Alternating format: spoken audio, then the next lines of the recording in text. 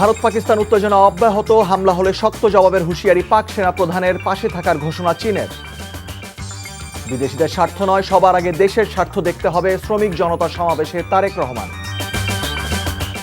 ক্ষমতায় গেলে নারীরা পছন্দ যোগ্যতা অনুযায়ী কাজ পাবে, প্রতিশ্রুতি জামাতের, ইসি পুনর্গঠনের দাবি এনসিপির। করিডোর দিলে নিরাপত্তা ঝুঁকি রয়েছে বললেন বিশেষজ্ঞরা, রাজনৈতিক দলগুলোর সাথে আলোচনার তাগিদ।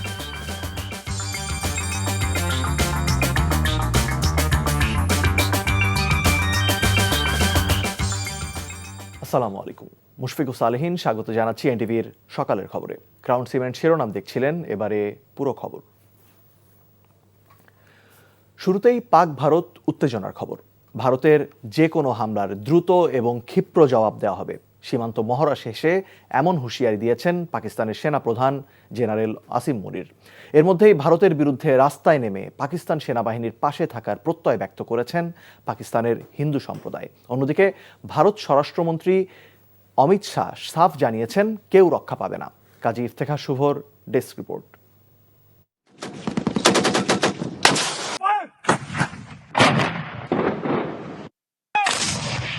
ভারী অস্ত্রের গর্জনে প্রকম্পিত পাকিস্তানের সীমান্তবর্তী এলাকা। কামান থেকে ছোড়া হচ্ছে গোলা, ভারী মেশিনগানের গুলি ভেদ করছে প্রতিপক্ষের দেওয়াল। ট্যাঙ্ক থেকে গোলাবর্ষণ চলছে একের পর এক। ভারতের সঙ্গে যুদ্ধাবস্থার মধ্যেই সীমান্তের কাছে এমন মহড়ার আয়োজন করে পাকিস্তান সেনাবাহিনী। মহড়া শেষে ট্যাঙ্কের উপর দাঁড়িয়ে সেনাদের উদ্দেশ্যে ভাষণ দেন পাক সেনাপ্রধান জেনারেল আসিম মুনির। ভারতকে ছুড়ে দেন কড়া বার্তা। কোনো অস্পষ্টতা থাকা উচিত নয়। ভারত যদি কোনো দুঃসাহসিকতা দেখাতে যায়, তাহলে তাদের দ্রুত, দৃঢ় এবং কঠোর জবাব দেওয়া হবে। এরপরই জাতীয় নিরাপত্তা পরিস্থিতি পর্যালোচনা করতে বৈঠকে বসেন পাক প্রধানমন্ত্রী শাহবাজ শরীফ এবং প্রেসিডেন্ট আসিফ আলী জারদারি। এ সময় ভারতের যুদ্ধংদেহী মনোভাবে গভীর উদ্বেগ প্রকাশ করেন দুই নেতা। একই দিন ভারতের বিরুদ্ধে রাস্তায় নেমে আসে পাকিস্তানের হিন্দু সম্প্রদায়। পাক সেনাবাহিনীর পাশে থাকার প্রত্যয় ব্যক্ত করেন তারা। বেলুচিস্তানের কোয়েটার এই বিক্ষোভ থেকে ভারতীয় কর্মকাণ্ডের বিরুদ্ধে স্লোগান দেওয়া হয়। অন্যদিকে বসে নেই ভারত, পাকিস্তানের বিরুদ্ধে নিচ্ছে একের পর এক পদক্ষেপ। দেশটির গণমাধ্যমগুলো জানিয়েছে, দূরপাল্লার ক্ষেপণাস্ত্র দিয়ে পাকিস্তানে হামলা চালানোর কথা বিবেচনা করছে মোদী সরকার। কৌশলগত কারণে পাকিস্তানে প্রবেশ করতে চাইছে না ভারতীয় সেনারা। নরেন্দ্র মোদী সরকার যদি কেউ মনে করে কাপুরুষের মতো আক্রমণ চালানো তাদের বড় জয়, সেটি হবে বড় ভুল। বুঝতে হবে, এটি নরেন্দ্র মোদীর সরকার, কাউকেই রেহাই দেওয়া হবে না। দেশের প্রতিটি ইঞ্চি থেকে শত্রুদের উৎপাটন করা আমাদের সংকল্প এবং আমরা তা অর্জন করব। দুই পরমাণু শক্তিধর প্রতিবেশী ভারত এবং পাকিস্তানের মধ্যে প্রবল উত্তেজনার মধ্যেই চীন জানিয়েছে, যে কোনো পরিস্থিতিতে ইসলামাবাদের পাশে থাকবে বেইজিং। বৃহস্পতিবার পাক প্রধানমন্ত্রী শাহবাজ শরীফের সঙ্গে বৈঠক করে একথা জানান চীনা রাষ্ট্রদূত। একই সঙ্গে আঞ্চলিক শান্তি এবং স্থিতিশীলতার উপর গুরুত্ব দেন তিনি।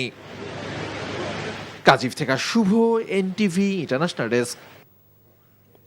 অন্য প্রসঙ্গ, জাতীয় নির্বাচনের সুনির্দিষ্ট রূপরেখা ঘোষণার দাবি জানিয়েছেন বিএনপির ভারপ্রাপ্ত চেয়ারম্যান তারেক রহমান। বলেছেন, অন্তর্বর্তী সরকারের প্রতি অনির্দিষ্টকালের সমর্থন অব্যাহত রাখা যৌক্তিক নয়।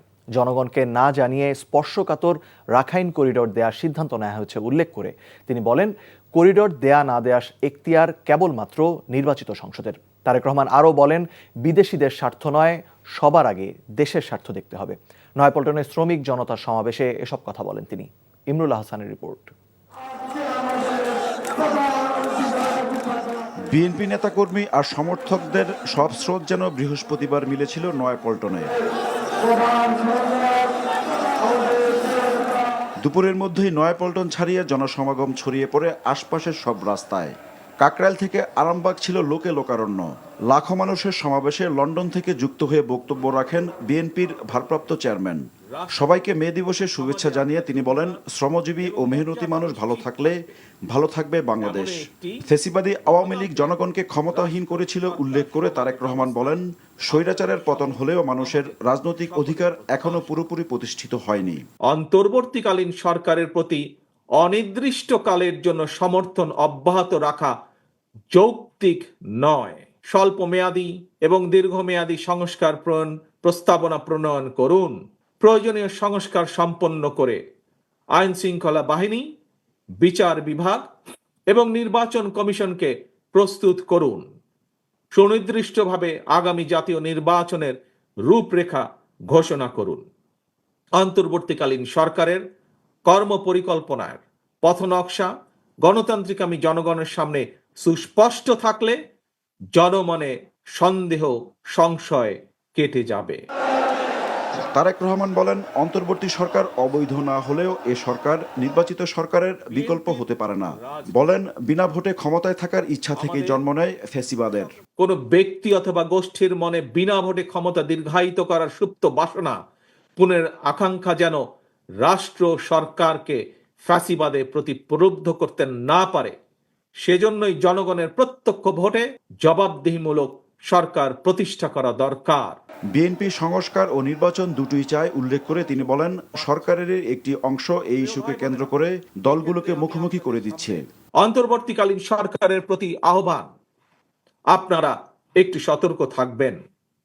অন্তর্বর্তীকালীন সরকারের একটি অংশ সংস্কার এবং নির্বাচনকে মুখোমুখি দাঁড় করিয়ে ফ্যাসিবাদ বিরোধী রাজনৈতিক দলগুলোর মধ্যে সুপরিকল্পিতভাবে বিরোধ উস্কে দিতে চায়। রাখাইনে মানবিক করিডোর দেওয়ার সিদ্ধান্তে তীব্র আপত্তি জানান তারেক রহমান। দেশের স্বাধীনতা সার্বভৌমত্বের সঙ্গে জড়িত এমন একটি স্পর্শকাতর বিষয় সিদ্ধান্ত নেওয়ার ক্ষেত্রে অন্তর্বর্তীকালীন সরকার কিন্তু জনগণকে জানায়নি, এমনকি জনগণের প্রতিনিধিত্বকারী রাজনৈতিক দলগুলোর সঙ্গেও কোনোই আলোচনা করার প্রয়োজন বোধ করেনি। করিডোর দেওয়া না দেওয়ার বিষয় সিদ্ধান্ত আসতে হবে নির্বাচিত জাতীয় সংসদের মাধ্যমে। বিদেশিদের স্বার্থ রক্ষার স্বার্থে নয়, দেশের জনগণের স্বার্থ নিশ্চিত করতে হবে। কারণ মিয়ানমার, ভারত, পাকিস্তান কিংবা অন্য কোনো দেশ নয়, সবার আগে বাংলাদেশ। ফ্যাসিবাদী শক্তি যেন পুনর্বাসনের সুযোগ না পায়, সেজন্য সবাইকে ঐক্যবদ্ধ থাকার আহ্বানও জানান তারেক রহমান। Imrul Ahsan, NTV news, Dhaka. বিএনপির স্থায়ী কমিটির সদস্য আমির খসরু মাহমুদ চৌধুরী বলেছেন, যারা ক্ষমতার মজা নিচ্ছে তারা ছাড়া বাংলাদেশের প্রতিটা মানুষ তাদের ভোটাধিকার প্রয়োগের সুযোগ চায়। চট্টগ্রামে মে দিবসের আলোচনায় তিনি আরও বলেন, গণতন্ত্রের বিপক্ষে অবস্থান না নিয়ে সরকারের উচিত দ্রুত নির্বাচনের রোডম্যাপ ঘোষণা দেয়া। এই বর্তমান অবস্থার পরিপ্রেক্ষিতে তারা লাভবান হচ্ছে। তারা কাদের কথা বলতে আমার তো আপনাদের বোঝানোর দরকার আছে। তাদের কথা বুঝছেন? আপনাদের বাংলাদেশের জনগণের কাছে যেইভাবে জবাবদিহি হতে হবে সেটা কারোর জন্য ভালো হবে না। মালিক শ্রমিকদের মাঝে ঐক্য, পারস্পরিক শ্রদ্ধা ও আস্থার পরিবেশ তৈরির মাধ্যমে বৈষম্যহীন ও উন্নত সমৃদ্ধ বাংলাদেশ গড়ার আহ্বান জানিয়েছেন প্রধান উপদেষ্টা অধ্যাপক মোহাম্মদ ইউনূস। মহান মে দিবস উপলক্ষে আয়োজিত অনুষ্ঠানে তিনি এই আহ্বান জানান। শ্রমিকদের আগের অবস্থায় রেখে বৈষম্যহীন বাংলাদেশ গড়া যাবে না বলেও জানান ডক্টর ইউনূস। নজরানা চৌধুরীর রিপোর্ট। মহান মে দিবসকে বাংলাদেশ সরকার জাতীয় পেশাগত স্বাস্থ্য ও সেফটি দিবস হিসেবেও পালন করে। এই উপলক্ষে শ্রম ও কর্মসংস্থান মন্ত্রণালয় রাজধানীর চিনমৈত্রী আন্তর্জাতিক সম্মেলন কেন্দ্রে এক আলোচনা সভার আয়োজন করে। অনুষ্ঠানে যোগ দিয়ে অন্তর্বর্তীকালীন সরকারের প্রধান উপদেষ্টা অধ্যাপক মোহাম্মদ ইউনূস নিহত বেশ কয়েকজন শ্রমিকের পরিবার ও আহত শ্রমিকদের হাতে অনুদানের চেক তুলে দেন। এবারের মে দিবসের সাথে জুলাই অভ্যুত্থান নতুন মাত্রা যোগ করেছে বলেও উল্লেখ করেন ডক্টর ইউনূস। এই নতুন বাংলাদেশ হবে না যদি শ্রমিকদের অবস্থা পুরনো বাংলাদেশের মধ্যে থেকে যায়। এটা বাস্তবায়ন না করে জাতির কোনো গত্যন্তর নাই। এই নতুন বাংলাদেশ গড়তে হলে আর কিছু কাগজ দলিল থাকার না থাক, এই কমিশনের যে রিপোর্ট আছে এটুকু যদি আমরা বাস্তবায়ন করতে পারি তাহলে নতুন বাংলাদেশের ভিত্তি রচনা হয়ে গেল। বর্তমান অন্তর্বর্তী সরকার শ্রম অধিকার নিয়ে ইউরোপীয় ইউনিয়ন ও মার্কিন যুক্তরাষ্ট্রের সাথে কাজ করছে বলে জানান প্রধান উপদেষ্টা। ৪৪টি খাতের শ্রমিকদের জন্য ন্যূনতম মজুরি নির্ধারণ করা হয়েছে উল্লেখ করে তিনি বলেন, শ্রম আইন যুগোপযোগী করার উদ্যোগও নেওয়া হয়েছে। এই দেশকে নতুন করে গড়ে তুলতে হলে ঐক্য, পারস্পরিক শ্রদ্ধা এবং আস্থার পরিবেশ সৃষ্টি করতে হবে। দেশকে নতুন করে গড়ে তোলার প্রত্যয়ে উজ্জীবিত হয়ে শ্রমিকের অধিকার রক্ষা, নিরাপদ কর্মপরিবেশ নিশ্চিত করা এবং শ্রমিক মালিক সুসম্পর্ক স্থাপনে সকলকে একযোগে কাজ করার আহ্বান জানাচ্ছি। শ্রমিকদের সার্বিক উন্নয়নে সংশ্লিষ্ট সবাইকে কাজ করতে হবে বলেও জানান প্রধান উপদেষ্টা। নজরানা চৌধুরী, এনটিভি নিউজ, ঢাকা। জামায়াতে ইসলামী ক্ষমতায় গেলে নারীরা পছন্দ ও যোগ্যতা অনুযায়ী কাজ পাবেন বলে জানিয়েছেন জামায়াতের আমির ডাক্তার শফিকুর রহমান। বৃহস্পতিবার পুরানা পল্টন মোড়ে আন্তর্জাতিক শ্রমিক দিবস উদযাপন উপলক্ষে বাংলাদেশ শ্রমিক কল্যাণ ফেডারেশনের মে দিবসের সমাবেশে তিনি একথা বলেন। তিনি আরও বলেন, নারীদের অধিকার, সম্মান ও নিরাপত্তা নিশ্চিত করবে জামায়াত। শ্রমিক উদ্যোক্তা একে অপরের উপর নির্ভরশীল উল্লেখ করে জামায়াত আমির বলেন, উভয় পক্ষেরই একে অপরের প্রতি দায়িত্ব রয়েছে। পরস্পরকে ভালোবেসে সম্মানের মাধ্যমেই বৈষম্যহীন সমাজ গড়ার কথাও বলেন তিনি। সমাবেশে দলের সেক্রেটারি জেনারেল মিয়া গোলাম পরোয়ার সহ কেন্দ্রীয় নেতারা বক্তব্য রাখেন। আমাদের প্রতিপক্ষ আমাদের বিরুদ্ধে অপবাদ ছড়ায়, জামাতে ইসলামী ক্ষমতায় গেলে মহিলাদের আর কোনো কাজ করতে দিবে না, ঘর থেকে বের হতে দেবে না। আমরা আমাদের এই বোনদেরকে নিশ্চয়তা দিচ্ছি, তারা তাদের যোগ্যতা এবং পছন্দ অনুযায়ী কর্মক্ষেত্রে কাজ করবেন। এখন তাদের কোনো সম্মান নাই, তাদের কোনো মর্যাদা নাই এবং তাদের কোনো নিরাপত্তা নাই। নির্বাচন কমিশনের ওপর আস্থা হারিয়েছে জাতীয় নাগরিক পার্টি এনসিপি। পক্ষপাতিত্বের অভিযোগ এনে নির্বাচন কমিশন পুনর্গঠন করার আহ্বান জানিয়েছেন দলটির নেতারা। আর প্রবাসী শ্রমিকদের অন্তর্ভুক্তি নিশ্চিত করেই আগামী নির্বাচন আয়োজন করার দাবি তাদের। বৃহস্পতিবার রাজধানীর বাংলা মোটরে দলটির কার্যালয়ে এনসিপির শ্রমিক উইংয়ের আলোচনা সভায় উঠে আসে এসব কথা। সাদরিনা খন্দকারের রিপোর্ট। আন্তর্জাতিক শ্রমিক দিবস উপলক্ষে মে দিবসের আহ্বান ও ২৪-এর গণ অভ্যুত্থানের প্রেরণায় নতুন রাজনৈতিক বন্দোবস্তে শ্রমিকের ন্যায্য হিস্যা শীর্ষক আলোচনা সভার আয়োজন করে এনসিপি। এ সময় নির্বাচন কমিশনের গ্রহণযোগ্যতা নিয়ে প্রশ্ন তুলেন দলটির যুগ্ম আহ্বায়ক। আহ্বান জানান ইসি পুনর্গঠনের। এদিকে শ্রমিক শ্রেণীকে রাজনৈতিকভাবে ব্যবহার করার সমালোচনাও করেন তিনি। অন্তর্বর্তী সরকারের কাছে আমাদের আহ্বান থাকবে যে দ্রুত ইসি পুনর্গঠন করুন এবং নিরপেক্ষ নির্বাচনের জন্য লেভেল প্লেইং ফিল্ড এটা এই মুহূর্তে আছে বলে আমরা মনে করছি না। আমরা দেখতে পাচ্ছি যে একটা বিশেষ দলকে ক্ষমতায় নেওয়ার জন্য কতগুলো আয়োজন সম্পন্ন করা হচ্ছে, একটা আই ওয়াশের ব্যবস্থা করা হচ্ছে, যার মধ্য দিয়ে আসলে দেখানো হবে যে একটা সুষ্ঠু নির্বাচন হয়েছে। আসলে সুষ্ঠু নির্বাচন হবে কিনা এর কোনো নিশ্চয়তা নাই। দেশের বন্দরগুলোতে মাফিয়ারা বসে শ্রমিকদের শোষণ করছে বলে মন্তব্য করে তাদের প্রতিহত করার হুঁশিয়ারি দেন দলটির মুখ্য সমন্বয়ক নাসির উদ্দিন পাটোয়ারি। বন্দরে বড় বড় মাফিয়া গেড়ে বসেছে। মংলা বন্দরে যারা গুন্ডা পান্ডা মাস্তান সন্ত্রাসী রয়েছে তারা কিভাবে নগ্নভাবে হামলা করেছে। এই নগ্নতার রূপ যদি বাংলাদেশে চলমান থাকে, সেই ক্ষেত্রে ভবিষ্যৎ বাংলাদেশে জনতা যে রায় দিয়েছিল ৫ তারিখে, তাদের ক্ষেত্রে একই রায় দিতে আমরা বাধ্য হব। আগামী নির্বাচনে রেমিটেন্স যোদ্ধাদের ভোটাধিকার নিশ্চিত করার দাবি জানিয়েছেন দলটির আরেক নেতা হাসনাত আব্দুল্লাহ। আমাদের এই যে প্রবাসী যারা রয়েছে তারাও যেন শুধুমাত্র সংখ্যায় না থাকে, বরং এই ক্ষমতা নির্ধারণে, মতামত নির্ধারণে তাদেরও যেন একটি ভূমিকা থাকে। সেজন্য আমরা চাচ্ছি, আমরা আমাদের জায়গা থেকে প্রস্তাবনাও দিয়েছি, পরবর্তী নির্বাচন বা পরবর্তী সবসময় যেন তাদের ভোটের মূল্যায়নটি হয়। গণতান্ত্রিক রাষ্ট্রে দলমত ঊর্ধ্বে শ্রমিকদের সাথে সামঞ্জস্য রেখেই দেশ পুনর্গঠন করতে চান Jatiya Nagorik party. Sadrina Khandakar, NTV news, Dhaka. মিয়ানমারের রাখাইনে মানবিক করিডোর দিলে বাংলাদেশের জন্য দীর্ঘমেয়াদে নিরাপত্তা ঝুঁকি রয়েছে। একই সাথে ত্রাণ সহায়তা না পেলে দুর্ভিক্ষের কবলে পড়ে নতুন করে রোহিঙ্গাদের প্রবেশের আশঙ্কাও আছে। এমন প্রেক্ষাপটে করিডোর দেয়া না দেওয়ার সিদ্ধান্ত নিতে রাজনৈতিক দলগুলোর সাথে আলোচনার তাগিদ বিশ্লেষকদের। রিপোর্টে জানাচ্ছেন শফি মাহমুদ সাগর।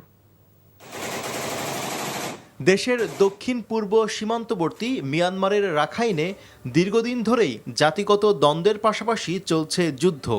মাঝে মধ্যেই সীমান্তের ওপারের উত্তাপের আঁচ এসে লাগছে দেশের অভ্যন্তরে। সেই সাথে জীবন বাঁচাতে প্রতিদিনই টেকনাফ নাইখংছড়ির তম্ব্রু বর্ডার দিয়ে ঢুকছে রোহিঙ্গারা। জাতিসংঘের প্রতিবেদনে জানানো হয়েছে, রাখাইনে যুদ্ধ পরিস্থিতি এতটাই ভয়ঙ্কর যে এবছর প্রায় 20 লাখ মানুষ দুর্ভিক্ষের কবলে পড়তে পারে।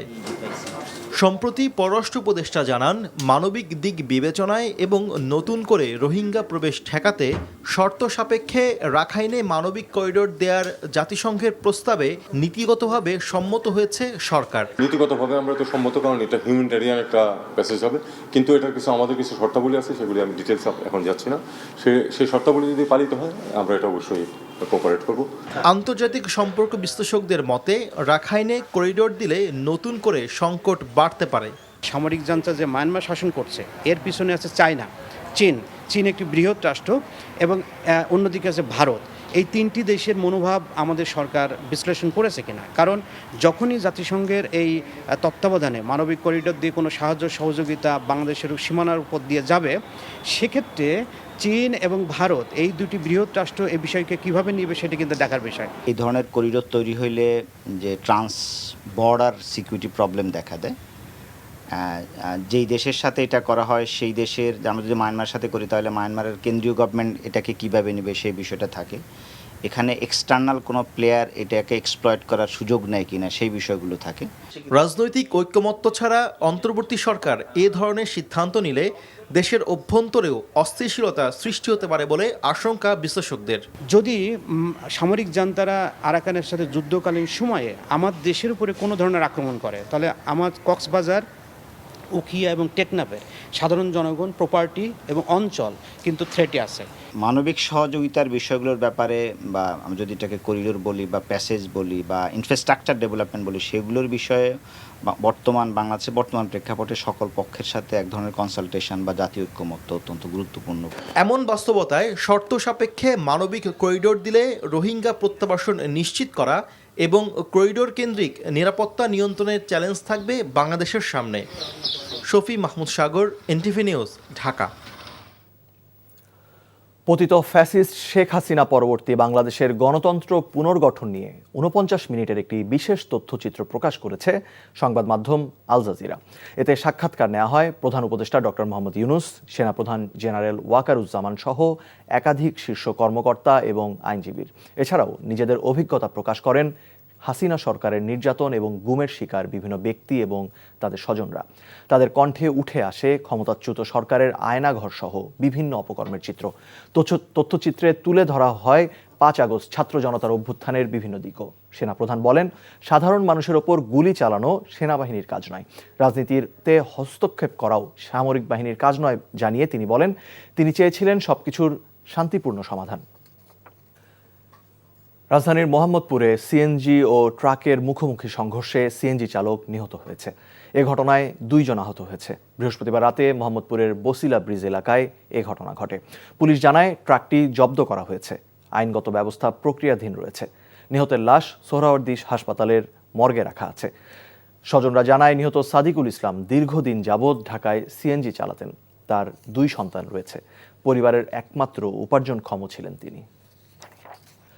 32 বছর পর অনুষ্ঠিত হতে যাচ্ছে জাহাঙ্গীরনগর বিশ্ববিদ্যালয়ের কেন্দ্রীয় শিক্ষার্থী সংসদ নির্বাচন। তফসিল অনুযায়ী আগামী 31শে জুলাই সকাল 9টা থেকে বিকেল 5টা পর্যন্ত জাকসু নির্বাচন অনুষ্ঠিত হবে। নির্বাচনের এই তারিখ ঘোষণা করেন উপাচার্য অধ্যাপক ডক্টর মোহাম্মদ কামরুল হাসান। আরও জানাচ্ছেন জাহিদুর রহমান। জাকসু নির্বাচনের দাবিতে দীর্ঘদিন ধরেই আন্দোলন করে আসছিলেন শিক্ষার্থীরা। জুলাই অভ্যুত্থানের পর আরও জোরালো হয় সেই দাবি। অবশেষে নানা জল্পনা কল্পনা শেষে সেই দাবি পূরণে অবশেষে স্বস্তি মিলেছে শিক্ষার্থীদের। তফসিল ঘোষণার মাধ্যমে আমরা মনে করছি বিশ্ববিদ্যালয়ের এই প্রশাসন আগামী দিনে গণঅভ্যুত্থানের চেতনাকে সমুন্নত রাখতে কাজ করবেন বলে আমরা প্রত্যাশা করি। বিশ্ববিদ্যালয় প্রশাসনের উপরে এই আস্থাটি রাখতে চাই যে তারা আমাদের সম্পূর্ণ নিরাপদ পরিবেশে একটি সুষ্ঠু নির্বাচন তারা দেবেন। শিক্ষার্থীদের দাবির পরিপ্রেক্ষিতে বিশ্ববিদ্যালয়ের সিন্ডিকেট সভায় জাকসুর পূর্বের গঠনতন্ত্র বাতিল ঘোষণা করে অনুমোদন দেয়া হয় নতুন গঠনতন্ত্রের। আগামী 31শে জুলাই 2025 তারিখ সকাল 9টা থেকে বিকাল 5টা পর্যন্ত জাহাঙ্গীরনগর বিশ্ববিদ্যালয়ের কেন্দ্রীয় শিক্ষার্থী সংসদ জাকসু এবং হল সংসদ নির্বাচন একই সাথে অনুষ্ঠিত হবে। দশম জাকসু নির্বাচনে প্রধান নির্বাচন কমিশনারের দায়িত্ব পালন করবেন অধ্যাপক ডক্টর মোহাম্মদ মনিরুজ্জামান। 1971 সালে জাহাঙ্গীরনগর বিশ্ববিদ্যালয় প্রতিষ্ঠার পর এ পর্যন্ত 9 বার জাকসু নির্বাচন অনুষ্ঠিত হয়। এক ছাত্রের বহিষ্কারকে কেন্দ্র করে 1993 সালের 29 জুলাই ছাত্র ও শিক্ষকদের মধ্যে ব্যাপক সংঘর্ষের জেরে তৎকালীন প্রশাসন জাকসু ও হল সংসদ বাতিল ঘোষণা করে। Zahidur Rahman, NTV news, Savar, Dhaka. কক্সবাজারের টেকনাফের নাফ নদী থেকে 4 জেলেকে ধরে নিয়ে গেছে আরাকান আর্মি। বৃহস্পতিবার দুপুরে টেকনাফের দমদমিয়া এলাকায় নাফ নদী থেকে আরাফাতুল্লাহ, আনিসুল্লাহ, মোহাম্মদ জাবের ও আনোয়ার সাদেক নামের 4 জেলেকে ধরে নিয়ে যাওয়া হয়। অপহরণের শিকার জেলেরা সবাই টেকনাফের জাদিমুরার রোহিঙ্গা আশ্রয় শিবিরের 27 নম্বর ক্যাম্পের বাসিন্দা। জেলেরা জানায়, টেকনাফের দমদমিয়া এলাকায় নাফ নদীতে মাছ ধরতে যায় বেশ কয়েকজন জেলে। এ সময় মিয়ানমার থেকে আসা আরাকান আর্মির সদস্যরা অস্ত্রের মুখে নৌকাসহ তাদের ধরে নিয়ে যায়।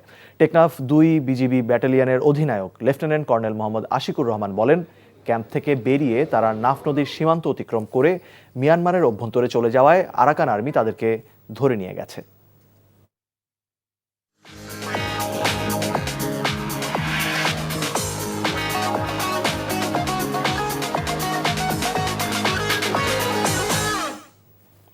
মার্কেন্টাইল ব্যাংক অর্থনীতির খবর। সঠিক পরিচর্যা এবং আবহাওয়া অনুকূলে থাকায় বোরো ধানের বাম্পার ফলনের আশা করছেন কুষ্টিয়ার কৃষকরা। এছাড়া ব্রাহ্মণবাড়িয়া, নড়াইল ও চাঁদপুরেও ভালো ফলন হয়েছে। ঝড় বৃষ্টির শঙ্কায় কোথাও কোথাও আগাম ধান কেটে নিচ্ছেন কৃষকরা। বিস্তারিত আহমেদ শরীফের ডেস্ক রিপোর্টে। কুষ্টিয়ায় বিস্তীর্ণ মাঠ জুড়ে এখন সবুজের সমাহার। অনুকূল আবহাওয়া, উন্নত ধানের বীজ, সময়মতো সার ও পানি সরবরাহ পাওয়ায় এবার বোরো ধানের বাম্পার ফলনের স্বপ্ন বলছেন জেলার ধান চাষিরা। আর 2 থেকে 3 সপ্তাহ পরে ধান কাটা শুরু হবে। এই বোরো ধান কৃষকের ঘরে উঠলে চালের বাজারের ঊর্ধ্বগতি কিছুটা হলেও নিম্নমুখী হবে বলছেন তারা। গ্রামের লোকজন কিনে খাচ্ছে অনেক বেশি দাম, তো অবশ্যই চালের বাজার কমবে। ধান যদি ভালো সুষ্ঠুভাবে ওঠে, শিল বৃষ্টি যদি আল্লাহ না দেয়, ইনশাল্লাহ আমাদের ধানে কৃষকও বাঁচবে এবং সাধারণ জনগণও বাঁচবে। ব্রাহ্মণবাড়িয়ায় বোরো ধানের বাম্পার ফলন হয়েছে। নতুন জাতের সম্প্রসারণ হওয়ায় এবার উৎপাদনের লক্ষ্যমাত্রা ছাড়িয়ে যাবে বলে আশা করছে কৃষি বিভাগ। হাওরের জমিগুলো থেকে দ্রুত ধান কাটার নির্দেশনা থাকায় জেলায় প্রায় 30 ভাগ ফসলের কর্তন সম্পন্ন হয়েছে বলে জানান কৃষি বিভাগের এই কর্মকর্তা। হাওরের জমিগুলা আমরা সাধারণত প্রাকৃতিক দুর্যোগের একটা সুযোগ সম্ভাবনা থাকে, তো আমরা এগুলা খুব দ্রুত কর্তনের নির্দেশনা দেওয়া আছে। ধানগুলা 80% পাকার সাথে সাথে দ্রুততার সাথে যাতে তুলে ফেলে। পর্যাপ্ত সার এবং কীটনাশকের পাশাপাশি সেচের জন্য ভূগর্ভস্থ পানির ঠিকমতো পাওয়ায় বিগত 10 বছরের তুলনায় এবছর নড়াইলে বোরো ধানের ভালো ফলন হয়েছে, এমনটি বলছেন এখানকার কৃষকরা। যদি আবহাওয়া পক্ষে থাকে তাহলে গ্রামে, দেশে, জেলায় এই কোনো অভাব থাকবে না। অন্যদিকে চাঁদপুরে 8 উপজেলার কৃষকরা ঝড় বৃষ্টির শঙ্কায় আগাম ধান কাটা শুরু করেছেন। ইতোমধ্যে 20 ভাগ ধান কাটা হয়েছে। এতে করে কিছুটা হলেও ক্ষতি পুষিয়ে নেওয়া যাবে বলছেন কৃষকরা। আহমেদ শরীফ, এনটিভি নিউজ ডেস্ক। খবর শেষ করছি, যাবার আগে ক্রাউন সিমেন্ট শিরোনামগুলো আরেকবার। ভারত পাকিস্তান উত্তেজনা অব্যাহত, হামলা হলে শক্ত জবাবের হুঁশিয়ারি প্রাক সেনা প্রধানের, পাশে থাকার ঘোষণা চীনের। বিদেশিদের স্বার্থ নয়, সবার আগে দেশের স্বার্থ দেখতে হবে, শ্রমিক জনতা সমাবেশে তারেক রহমান। ক্ষমতায় গেলে নারীরা পছন্দ যোগ্যতা অনুযায়ী কাজ পাবে, প্রতিশ্রুতি জামাতের, ইসি পুনর্গঠনের দাবি এনসিপির। করিডর দিলে নিরাপত্তা ঝুঁকি রয়েছে বললেন বিশেষজ্ঞরা, রাজনৈতিক দলগুলোর সাথে আলোচনার তাগিদ। এই ছিল সকালের খবরে। এই খবরের ভিডিও সহ আপডেট জানতে ভিজিট করুন এনটিভি অনলাইন www.ntvbd.com। এছাড়াও এনটিভির জনপ্রিয় সব অনুষ্ঠান ও খবরের আপডেট জানতে ভিজিট রাখুন আমাদের ইউটিউব ও ভেরিফাইড ফেসবুক পেজে। ধন্যবাদ সবাইকে।